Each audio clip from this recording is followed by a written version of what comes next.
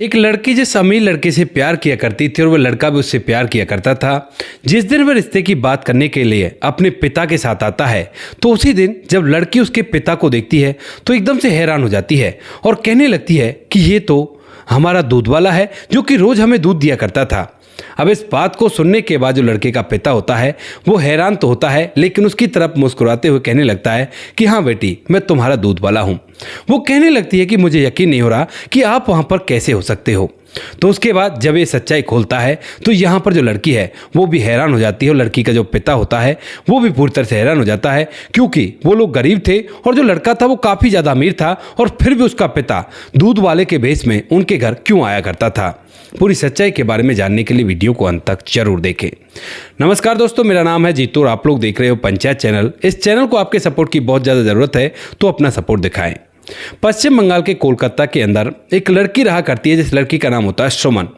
सुमन के घर में उसके माता पिता हैं और एक उसका छोटा भाई है, और जो पिता है वो थोड़े से बीमार रहा करते हैं और यहाँ पर जो सुमन है उसी के ऊपर परिवार की सारी जिम्मेवारियां होती हैं।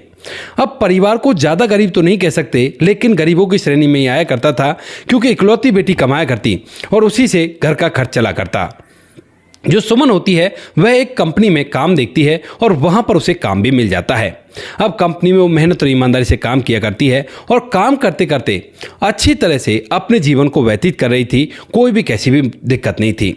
तभी एक दिन की बात होती है, जो कंपनी होती है जिसमें वो काम किया करता था उसी कंपनी का एक जो मालिक होता है उसका एक दोस्त होता है जिसका नाम होता है राघव। राघव जो होता है वो उस अपने दोस्त की कंपनी में किसी काम से आया था और जैसे वो वहां पर आता है तो उसकी नज़र सुमन पर पड़ती है। सुमन का व्यवहार इस तरह का था कि वह किसी से ज़्यादा कोई बात नहीं करती, बस अपने काम से काम रखा करती और इससे ज़्यादा उसे फालतू चीज़ों से कोई भी मतलब नहीं था। अब जो राघव होता है वह जवान लड़का था, शादी की हो चुका था, और जैसे वो सुमन को देखता है तो देखने के बाद न जाने कैसे वो उसे अच्छी सी लगने लगती है। उसके बाद वह अपने दोस्त से कहता है कि यार ये जो एम्प्लॉय है तुम्हारी कंपनी में, इसका नाम क्या है? तो वो बताता है कि ये मेरे को पता नहीं है, एक बार मैं पता करके बता देता हूँ। तो उसके बाद वह सुपरवाइज़र को बुलाता है और सुपरवाइज़र को बुलाकर उससे कहने लगता है कि भाई ये लड़की का नाम क्या है? तो यहाँ पर जो सुपरवाइज़र वो कहता है कि साहब इसका नाम सुमन है, बेचारी अपने घर का खर्च चलाने के लिए यहाँ पर काम किया करती है और अच्छे से काम करती है, इसका काम सभी वर्करों में सबसे अच्छा है। अब इस बात को सुनकर जो राघव होता और भी ज़्यादा इंप्रेस होता है और उसके बाद एक अजीब सा खिंचाव उसे महसूस होने लगता है और वह बार बार यहाँ पर आने लगता है। बार बार आने का कुछ ऐसा सिलसिला होता है कि वह जब भी आया करता तो सुमन की तरफ देखा करता और सुमन भी उसे अपनी तरफ देखता हुआ महसूस होकर लेती है, लेकिन उससे कुछ कह नहीं पाती है। चुपचाप अपना सर नीचे की तरफ करके काम करती रहती है। लेकिन जो राघव होता है वह अब मौका ढूंढ रहा है कि किसी भी तरह से उसकी सुमन से बात हो जाए, और इसीलिए वह अब उस कंपनी के अपने उस दोस्त से कहने लगता है कि यार तेरी से एम्प्लॉय से मुझे बात करनी है, लगता है मुझे इससे प्यार हो गया है। अब इस बात को सुनकर पहले तो वो हंसता है, लेकिन जब राघव बताता है कि सच में मुझे इससे प्यार हो गया यार, तू एक बार इससे बातचीत करा दे, तो उसके बाद वो कहता है कि ये तो ज़्यादा बड़ी बात नहीं है, मैं उसको कैबिन में बुलाता हूँ और मैं यहाँ से चला जाऊँगा, तू आराम से बात कर लेना, लेकिन ध्यान से कहीं ऐसा ना हो कि वो लड़की तेरे को थप्पड़ मार दे। अब इस बात को सुनकर राघव हंसता और कहता कि कोई बात नहीं, थप्पड़ मार देगी जब भी कोई बड़ी बात नहीं है, मैं सच में ही उससे प्यार किया करता हूँ। उसके बाद जो कंपनी का मालिक होता है वह सुपरवाइजर से कहकर सुमन को कैबिन में बुलाता है और इधर जो मालिक होता है वह भी कैबिन को छोड़कर चला जाता है। राघव भी कैबिन के अंदर बैठा हुआ था। अब कैबिन चारों तरफ से बंद था और उसके बाद वो दोनों एक ही कमरे के अंदर होते हैं, लेकिन सुमन जैसे यहाँ पर कदम रखती है तो उसके बाद उसे महसूस हो जाता है कि शायद आज कोई ऐसी वैसी बात होनी है, क्योंकि अब तक जितनी भी बातें हो रही थी सभी बातें उसकी समझ में आ रही थी कि ये जो इसका दोस्त है कंपनी मालिक का वह शायद मुझे पसंद करने लगा है, लेकिन वह अपनी गरीबी की वजह से अपना सर नीचे की तरफ करके इस तरह से रह रही थी। और ये बात राघव को और भी ज़्यादा अच्छी लगती है, क्योंकि वह कभी कभी उसे देख तो लिया करती थी और उसे देखकर लग रहा था कि शायद इसे भी सब कुछ पता है, लेकिन वो अपना सर नीचे करके जिस तरह से रहती थी वही बात उसे और भी ज़्यादा टच कर जाती है। इसके बाद जब सुमन वहां पर आती है तो राघव भी थोड़ी देर तक उसकी तरफ देखता रहता है और जो सुमन होती है वह अपना सर नीचे की करके कहने लगती है कि बताइए सर क्या बात है। तो यहाँ पर जो राघव है वो कहता है कि देखो ये फॉर्मेलिटी छोड़ो, मेरा नाम राघव है और मैं तुम्हें सीधी सीधी बात बता देता हूँ कि मुझे तुम बहुत अच्छी लगी हो और मैं तुमसे प्यार कर बैठा हूँ। अब इस बात को सुनने के बाद जो सुमन है वो नजरें उठाकर उसकी तरफ देखती है और तभी जो राघव है वो कहता है कि सच में मैं तुमसे प्यार करने लगा हूं और तुमसे शादी भी करना चाहता हूं। अब तुम ये बताओ कि किस तरह से शादी करोगी। अब इस बात को सुनकर जो सुमन है वो भी हैरान हो जाती है, क्योंकि ऐसे लोगों से उसका सामना तो हुआ था, लेकिन ज़्यादातर लोग केवल उसका फायदा उठाना चाहते थे, कोई भी उससे शादी करने के लिए तैयार नहीं था। यानी कि इस तरह की बात किया करते थे, डायरेक्ट किसी ने शादी के लिए नहीं बोला था। तो इसी वजह से सुमन पहले ही उनको धमका दिया करती थी, लेकिन यहाँ पर मामला कुछ अलग तरह का था। तो उसके बाद वो कहने लगती है कि देखिए, अगर आपको मुझसे शादी करनी है तो इसके लिए आपको मेरे परिवार से बात करनी होगी और उसके बाद ही हम दोनों की शादी हो सकती है। अब इस बात को सुनकर राघव जो होता है वो और भी ज़्यादा इंप्रेस हो जाता है कि अब तक भी परिवार की माना करती है, तो ये अच्छी लड़की है। इसके बाद वह कहने लगता है कि ठीक है, शादी के लिए तो बात करनी होगी, लेकिन दोस्ती तो हम दोनों में हो सकती है। वो कहने लगती है कि साहब, आप बदनाम हो जाओगे, मैं एक मामूली सी वर्कर हूं और आप शायद बहुत बड़े आदमी हो। तो उसके बाद वो कहता है कि बदनामी से मुझे डर नहीं लगता, मैं तुमसे प्यार किया करता हूं और तुम्ही से शादी करूंगा, तो इसलिए हम थोड़ी बहुत तो बातें कर सकते हैं, क्या कभी हम कॉफी पर मिल सकते हैं। तो उसके बाद जो सुमन है वो भी थोड़ी देर तक सोचती है और सोचती है कि इतना बड़ा आदमी है, अगर मना कर दिया तो कहीं ऐसा ना हो कि इस कंपनी से निकलवा दे। तो वह भी कह देती है कि ठीक है सर, बताइए कब आना है। तो वो बता देता है कि शाम को जब तुम्हारी छुट्टी हो जाए, या फिर अभी चलो कोई दिक्कत नहीं, तुम्हारा एक भी पैसा नहीं कटेगा। तो उसके बाद जो सुमन है वो कहती है कि नहीं साहब, मैं अपने काम को कर कर शाम को आपको यहाँ पर मिल जाऊंगी और उसके बाद कॉफी पर बैठते हैं। उसके बाद ये सिलसिला जो एक बार शुरू होता है तो थमने का नाम नहीं लेता है। सुमन को भी राघव अच्छा लगता है, क्योंकि वह हैंडसम है, पैसे वाला है और उसके अंदर सारी क्वालिटियाँ हैं, यानी कि उसके अंदर घमंड भी नहीं है पैसों का। तो ये चीज़ें उसे अच्छी लगती हैं। इसके बाद धीरे धीरे वो दोनों एक दूसरे से प्यार तो कर ही लेते हैं, लेकिन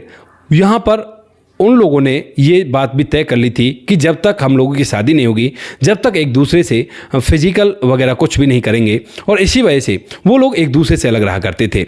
उसके बाद ये बात राघव के पिता को राघव बता देता है, कहता है कि पिताजी, मैं एक लड़की से प्यार किया करता हूँ, हालांकि वो गरीब लड़की है, लेकिन मैं उससे शादी करना चाहता हूँ। अब जो राघव के पिता हैं वो वीरेंद्र सिंह होते हैं, और जो वीरेंद्र सिंह होते हैं वह काफ़ी ज़्यादा सुलझे हुए इंसान थे ऐसे मामलों में। और उसके बाद अपने बेटे से कहने लगते हैं, बेटा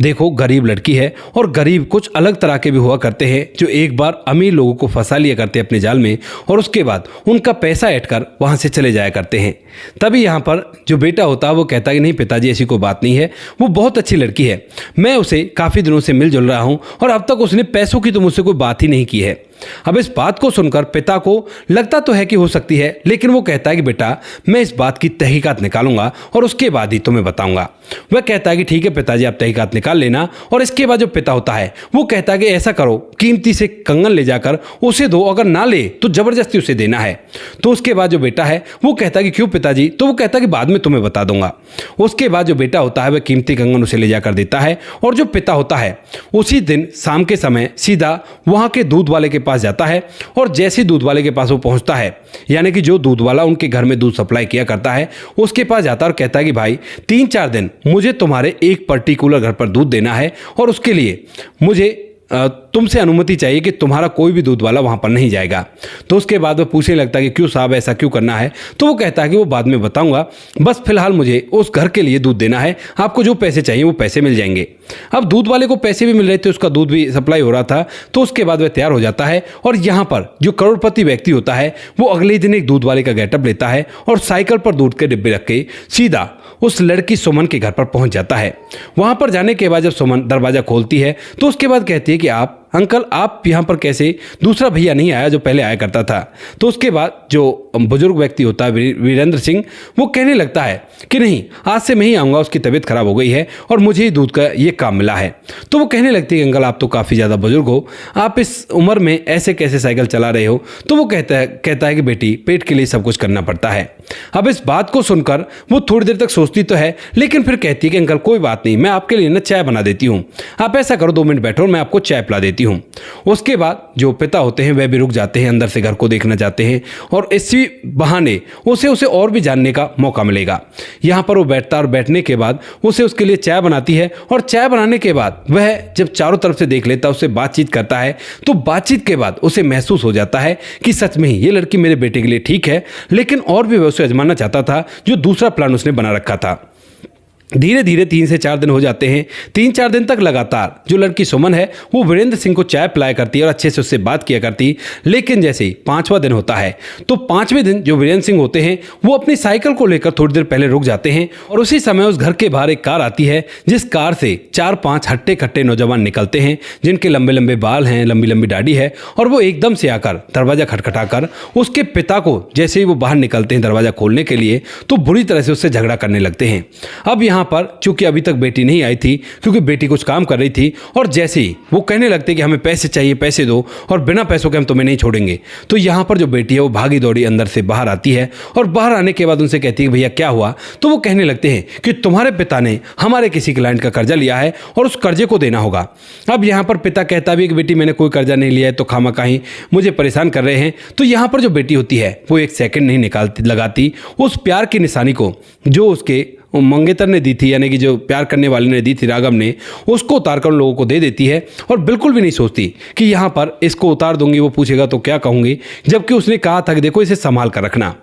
तो उसके बाद उन लोगों को वो प्यार की निशानी दे देती है और उसके बाद यहाँ पर जो दूध वाला होता है जो कि वीरेंद्र सिंह राघव के पिता, वह दूर से सब कुछ देख रहे थे। वो लोग उन कंगनों को लेकर वहां से चले जाते क्योंकि वो काफ़ी महंगे थे और इसने कह दिया था कि आप इन्हें रखो, जब अपने पास रखना, जब हमारे पास पैसे हो जाएंगे तो उसके बाद हम आपसे ले आएंगे। ऐसा कहकर वह उन्हें भेज देती है। लेकिन यहाँ पर पिता बार बार कहता है कि बेटा कौन है ये, हम तो इन्हें जानते भी नहीं हैं और इस तरह से क्यों आ गए। तो वो अपने पिता को समझाते हुए अंदर ले जाती है। इस बार यहाँ पर जो बुजुर्ग व्यक्ति होता है वह दूध देने के लिए जाता है और लड़की थोड़ी सी उदास तो होती है, लेकिन उससे हंसकर बात करती है, कहती है कि आओ अंकल जी चाय बना दूं आपके लिए। लेकिन वो कहता है कि नहीं बेटा चाय नहीं पीना, आज मुझे कुछ ज़रूरी काम है और मैं अभी जा रहा हूँ। इसके बाद जो बुजुर्ग व्यक्ति होता है जो कि दूधिया था, फिलहाल जो राघव का पिता था वीरेंद्र, वह वहाँ से जल्दी निकल जाता है और सीधा अपने बेटे से जाकर कहता है कि बेटा तुमने बहुत अच्छी लड़की का चयन किया है, उसका दिल भी साफ है, इरादे भी नेक हैं, और परिवार पर कोई मुसीबत आती है तो वो नहीं सोचती कि कोई चीज़ कितनी प्यारी है और उसके लिए लड़ भिड़ जाया करती है। इस बात को सुनकर जो राघव होता है वो भी खुश होता है और उसके बाद जो वीरेंद्र सिंह होता है वह अपने पास से उन कंगनों को निकालता है जो कि उसने उस लड़की को दिए थे, और उसके बाद ये जो वीरेंद्र सिंह है उसके पास आ गए। बेटा पूछता है कि पिताजी ये कैसे, तो वो बताता है कि बेटा मैंने इसीलिए कंगन पहनवाए थे ताकि मैं कुछ गुंडों को उसके घर पर भेज सकूं और देखूं कि मुसीबत के समय में वो कैसा रिएक्ट किया करती है। उसने वही किया जो मैं चाहता था और ये एक परिवार के लिए बहुत अच्छी चीज़ है, क्योंकि जो अपने प्यार की निशानी को भी इस तरह से दांव पर लगा सकती है परिवार की इज्जत के लिए, क्योंकि उस समय चारों तरफ लोग इकट्ठा हो गए थे और लोग इन्हें देख रहे थे, तो इसी वजह से उसने सब कुछ किया। उसके बाद जो बेटा होता है वो कहता है कि अच्छा किया पिताजी जो आपने परख लिया, और मुझे तो पहले से पता था कि जो मेरी सुमन है वो हर चुनौती पर पार उतरेगी, मैंने उसे कुछ भी नहीं बताया था, और चलो अब बात करने चलते हैं। उसके बाद जो राघव होता है वह उससे बात करता है और कहता है कि मैं अपने पिताजी को लेकर आ रहा हूँ और हम लोग शादी की बात करेंगे। अब जैसे राघव अपने पिता को लेकर वहाँ पर जाता है और सुमन उसके पिता को देखती है तो एकदम से हैरान हो जाती है, कहती है कि अंकल आप तो रोज़ हमारे यहाँ पर दूध देने के लिए आया करते हो। तो उसके बाद यहाँ पर जो पिता होता है राघव का, वीरेंद्र, वह एकदम से मुस्कुराता है, कहता है कि हाँ बेटी मैं ही आया करता हूँ, लेकिन मैं ही राघव का पिता हूँ। अब इस बात को सुनकर वह कंफ्यूज होती है और कहने लगती है कि मतलब क्या है आपका, फिर आप दूध का काम क्यों करते, क्योंकि राघव के पास तो अच्छा खासा रुपये पैसा है। तो उसके बाद यहाँ पर जो राघव का पिता होता है वीरेंद्र, वो कहता है कि बेटा ये कुछ भी नहीं, बस तेरे को परखने के लिए था, क्योंकि आजकल ऐसा बहुत कुछ हो रहा है कि लड़कियाँ शादी कर लिया करती है अमीर लड़कों से और उसके बाद उसकी प्रॉपर्टी पर दावेदारी ठोकने लगती हैं, तो इसीलिए छोटा सा टेस्ट था, तुम्हें बुरा तो नहीं लगा। तो उसके बाद वो कहने लगती है कि नहीं पिता अंकल जी मुझे बिल्कुल भी बुरा नहीं लगा, आखिर बेटे की ज़िंदगी का सवाल है और उसमें भला कोई क्यों चेक ना करे, क्योंकि मैंने भी इन्हें पहले चेक ही किया था, उसके बाद ही आगे बात बढ़ाई थी। जब इनका दिल अच्छा लगा, ये बातें अच्छी लगी, तो उसके बाद मैंने बातों को आगे बढ़ाया था। उसके बाद दोनों परिवार मिलकर शादी की बात तय करते हैं और दोनों बच्चों की धूमधाम और रीति रिवाज से शादी भी हो जाती है। आज उनकी शादी को लगभग 4 साल हो चुके हैं और वो लोग खुशियों के साथ अपना जीवन व्यतीत कर रहे हैं। उनको 2 बच्चे भी हैं और उनका घर इस तरह से चल रहा है जिस तरह से किसी भी अमीर व्यक्ति का नहीं चला करता है। हालांकि शादी के टाइम पर थोड़ी इस तरह की बातें तो हुई थी कि किसी गरीब लड़की को ले आए, अमीरों के घाटे हो गए थे क्या, लेकिन जब उसके घर में वो लोग आया करते हैं, यानी कि अड़ोस पड़ोस वाले लोग आया करते हैं और उस लड़की को घर को बसाते हुए देखते हैं, तो उसके बाद सोचते हैं कि हमें भी अपने बच्चों के लिए गरीब घर की लड़कियां ही ढूंढनी चाहिए। तो दोस्तों ये थी आज की कहानी, आपको जैसी भी लगी हो कमेंट सेक्शन में बता देना। वीडियो अच्छी लगी तो वीडियो को लाइक और चैनल को सब्सक्राइब जरूर करें ताकि हमें थोड़ा सा हौसला मिल सके आप लोगों के लिए ऐसी अच्छी वीडियो बनाने के लिए। इन कहानियों को सुनाने का उद्देश्य किसी को परेशान करना बिल्कुल भी नहीं है। ये कहानी आपको इसलिए सुनाई जाती है ताकि आप लोग इन कहानियों में से कुछ ना कुछ सीख सको और अपने जीवन में उस चीज़ को अप्लाई कर सको। मिलते हैं किसी नेक्स्ट वीडियो नए टॉपिक के साथ, तब तक के लिए जय हिंद, जय भारत, जय हिंदुस्तान।